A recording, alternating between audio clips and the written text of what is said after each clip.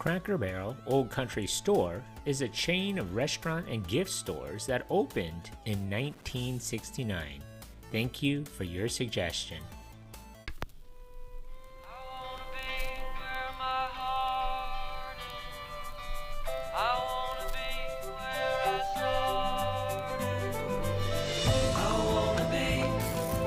They say, home is where the heart is. At Cracker Barrel, we say it's whatever you put your heart into. So join us at ours. You're always welcome.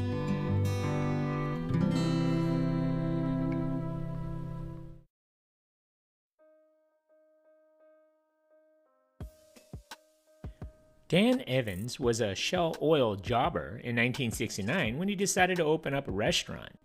He borrowed $40,000 and built his first combination gas station, restaurant, and store along the interstate highway just outside Lebanon, Tennessee. Evans, a Shell gas station operator, felt he could attract more customers if a restaurant and a gift shop were located on the station's lot.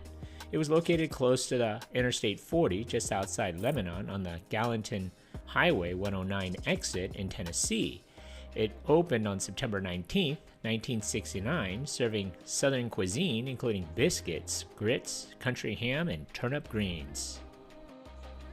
Danny knew that with the new interstate highway system, people would be traveling more. He built his business by treating his guests with genuine hospitality, offering good-tasting country cooking and charging a fair price so that they would stop again when they were traveling back in the other direction. That approach to business led to the company's mission statement, pleasing people, a mission statement which is about mutual respect.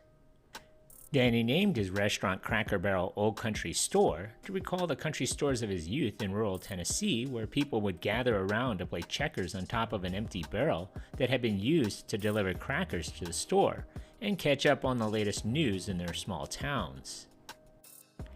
He offered Southern country cooking he had grown up on, using many family recipes, and decided to decorate the walls with authentic antiques. Danny never compromised on the quality of the ingredients for the meals he served or on the quality of the gifts he sold in his retail shop, regardless of what corners the competition might be cutting. Within 1 month, Cracker Barrel Old Country Store began to make a profit. Evans incorporated the company the following year and sold half of the new business to a local group of businessmen, raising $100,000 to open a second restaurant, gift shop, gas station. After incorporating Cracker Barrel in February of 1970, he soon opened more locations. In the early 1970s, the firm leased land on gas station sites near interstate highways to build the restaurants. By 1974, Cracker Barrel was operating 10 stores, all located along interstate highways and all making a profit. Although Cracker Barrel's restaurants and gift shop sales grew, Evans' gasoline business was less profitable. When the gasoline crisis hit in the early 1970s, the company began building new restaurants without gas stations attached. In 1974, Evans ended his distribution contract with Shell Oil. The restaurants did so well without gasoline service that by the late 1980s, Cracker Barrel had eliminated gasoline service from all of its locations. Cracker Barrel's solid growth began attracting the interest of independent investors, prompting the company to register with the SEC in 1974. Rapid expansion continued through the end of the decade. By 1983, the company was operating 27 locations along interstate highways in Tennessee, North Carolina, South Carolina, Georgia, Kentucky, Florida, and Alabama. Between 1978 and 1983, their net income and revenues increased at a rate of 25% annually, resulting primarily from the addition of new restaurants. In late 1981, when interest rates were high and it threatened company's expansion, Cracker Barrel went public, selling shares on the NASDAQ. Despite Cracker Barrel's continued expansion, though, sales began to slip. In 1985, Evans tried to stem the slide by making some broad management changes. Changes included the establishment of a new marketing department and the hiring of 5 executives, all with experience in larger organizations. Net sales rose 20% to $80 million and net income grew 49% by 1986, due in part to the improved operating efficiency and higher margins on sales. Cracker Barrel also began opening restaurants near tourist destinations, including Opryland, Gatlinburg, Tennessee, and Hilton Head, South Carolina. By the end of 1987, the Cracker Barrel chain consisted of 53 stores in 8 states, with annual net sales slightly over $99 million. Reasons for Cracker Barrel's success was its unrivaled ability to evoke nostalgia without being corny. Cracker Barrel employees were also simply warm and friendly. Their stores looked old-fashioned, but are never cute. This atmosphere, reinforced by its inexpensive country cooking menu, helped Cracker Barrel carve out a niche for itself in the family restaurant business. Cracker Barrel also instituted an extensive manager and employee training programs in the 1980s, which greatly improved store efficiency and profit margins. Potential managers spend 10 weeks in extensive training sessions, whereas hourly employees follow up an on-the-job course called the Personal Achievement Responsibility, or the PAR program. Rewards, such as increased wages and cheaper benefits, are given for a successful completion of the company's set goals. The result has been a turnover rate among hourly employees of 160%, approximately half the industry average. Cracker Barrel's tight management system helped it weather the recession in 1990. The company got into a controversy when it fired a number of homosexual employees. With outrage and protest, Cracker Barrel announced it would no longer fire employees based on their sexual orientation, although protesters claimed that discrimination continued covertly.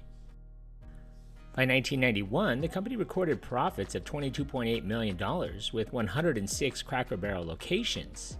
In the early 1990s, Cracker Barrel expanded into states such as Michigan, Wisconsin, and Missouri. It was around this time that Cracker Barrel faced some direct competition when Bob Evans Farms opened 7 Bob Evans General Stores with atmosphere and menu items that closely resembled those of Cracker Barrel. Bob Evans also opened the first of a chain of hometown restaurants slated for development in towns with populations of 30,000 people or less. By 1994, the chain would expand beyond their interstate roadside locations by testing a carry-out-only store, Cracker Barrel Old Country Store Corner Market, in suburban residential neighborhoods. The chain added additional regional dishes to their menus per location, although they would continue to offer the original menu items. By September of 1997, Cracker Barrel had 314 restaurants. That same year, the firm closed its corner market operations and refocused on its restaurant and gift store locations.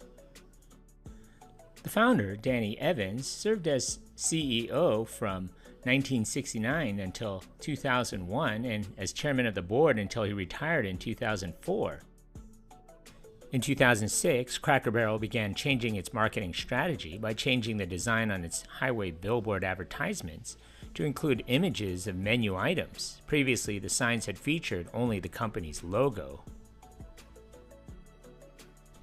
By 2012, the restaurant chain operated 608 company-owned locations in 42 states.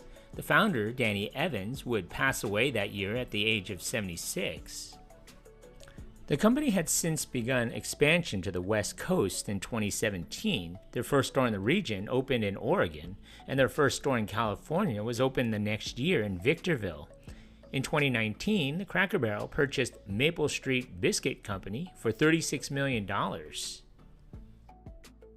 In August of 2025, Cracker Barrel unveiled its new logo, replacing the good old logo featuring a man leaning against a barrel for a clean text-only design. This rebranding was part of their All the More campaign. Julie Masino, the new CEO, was behind this new change. She also mentioned that this new logo is part of their plan to update the down-home menu as well. The new simplified logo design sparked social media backlash, with fans calling it generic and woke.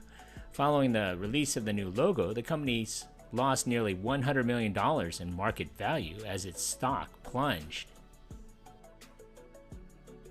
Every Cracker Barrel unit is open 7 days a week, with hours Sunday through Thursday, 6 a.m. to 10 p.m., and Friday and Saturday, 6 a.m. to 11 p.m. Today, there are over 660 locations in 44 states, with Florida having 60 locations, followed by Texas with 55, and Tennessee with 51.